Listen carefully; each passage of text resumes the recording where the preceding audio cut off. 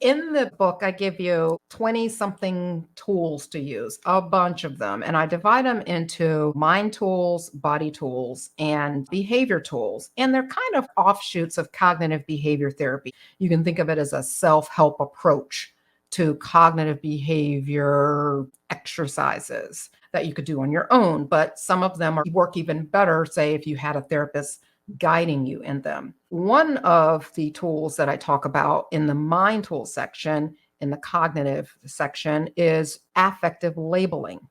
Affective labeling is very basic and simple, but it makes a big difference. It is attaching words to your emotions. And so something happens. Some people don't always know how something makes them feel. And that confusion or lack of clarity can make you feel more unsettled, and not necessarily overtly nervous and anxious, but unsettled internally. And that being unsettled or dis-ease or uneasiness can worsen anxiety. It can be kind of a subtle effect, and it can have a cumulative effect as well. Let's say I get yelled at, or I have a negative interaction with someone at work. Someone insults me. I could just say, that made me feel bad. But the more specific I can be, that actually made me feel demoralized. It made me feel like I'm not very smart. So I felt insulted. I was shamed by them saying this in front of a bunch of people. I mean, there's lots of emotions that the person could have. Bad is just not very specific. It's something, at least you recognize that made you feel bad. Because some people could say, oh, it's all good, I'm good, when it's not. At least you identify that it made you feel bad.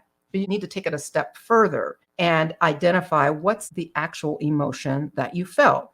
And just doing that, of attaching specific words to your emotions, helps take some of the negative steam out of the emotion. It kind of deflates it. It doesn't mean you won't feel it. Like, okay, I feel unrecognized. Yay, I'm so good now. It's all gone. No, I mean, it's not like that.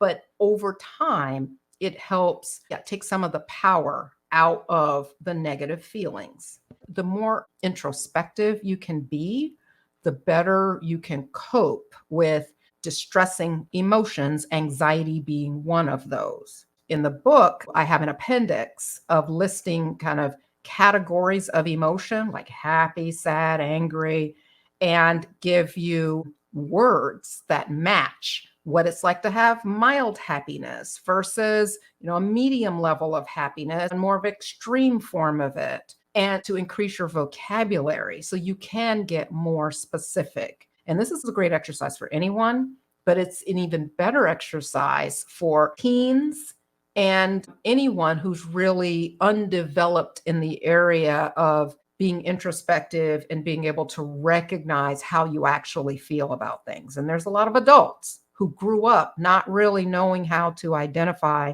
how you really feel about things, especially if you grew up in an environment where it wasn't okay to have negative emotions. It's all supposed to be good. You're supposed to just make it go away. We're not going to talk about it.